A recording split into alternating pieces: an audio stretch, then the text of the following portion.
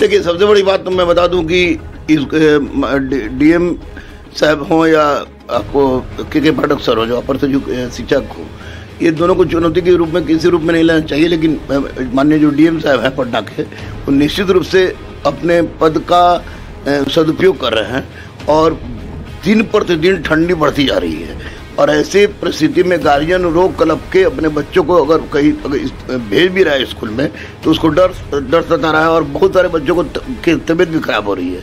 तो निश्चित रूप से माननीय चंद्रशेखर सर जो डीएम है पटना के, उनके द्वारा जो आदेश दिया गया है वह बिल्कुल ही सही आदेश है। तो मैं सबसे पहले आपको बता दूं कि किसी भी जिला में लॉ एंड ऑर्डर मेंटेन करना या किसी भी जिला की समस्या का निराकरण करना, ये पूरी तरह से डीएम के हाथ में होता है। चाहे वो आपको IPC 188 हो या 144 धारा की बात हो। दिन प्रतिदिन तापमान तेजी से गिर रहा है और ऐसी परिस्थिति में 1 से लेकर 8 तक के बच्चों को स्कूल जाना किसी भी दृष्टिकोण से उचित नहीं है। इसलिए मैं माननीय चंद्रशेखर सर जो डीएम हैं पटना के, उनकी बात को पूरी तरह से स्वीकार करता हूं और उनको धन्यवाद देता हूं कि उन्होंने बच्चों के हित को देखते हुए फैसला लिया और बिल्कुल कानूनी फैसला लिया है। इस पर किसी भी तरह का इफ़ेक्ट करने की आवश्यकता नहीं है और मैं इसका पूर्णतः समर्थन करता हूं।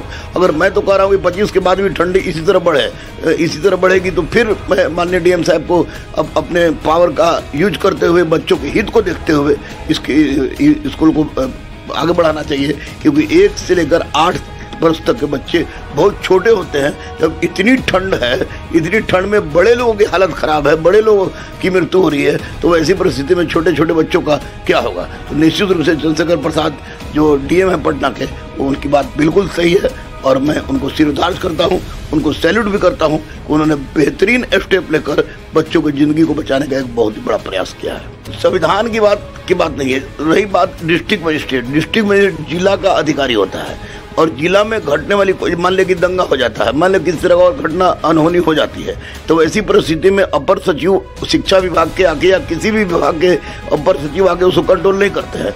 उसको कंट्रोल करने का काम डीएम का होता है। तो ये निश्चित रूप से इस मामले में डीएम की पावर अधिक होती है, क्योंकि डीएम ही सारी विधि व्यवस्था को संभालने का जिम्मेदार होता है। इसलिए चंद्रशेखर सर बिल्कुल ही सही हैं और उन पर किसी भी तरह का इसको चुनौती के रूप में कोई ले रहा है, ये गलत है।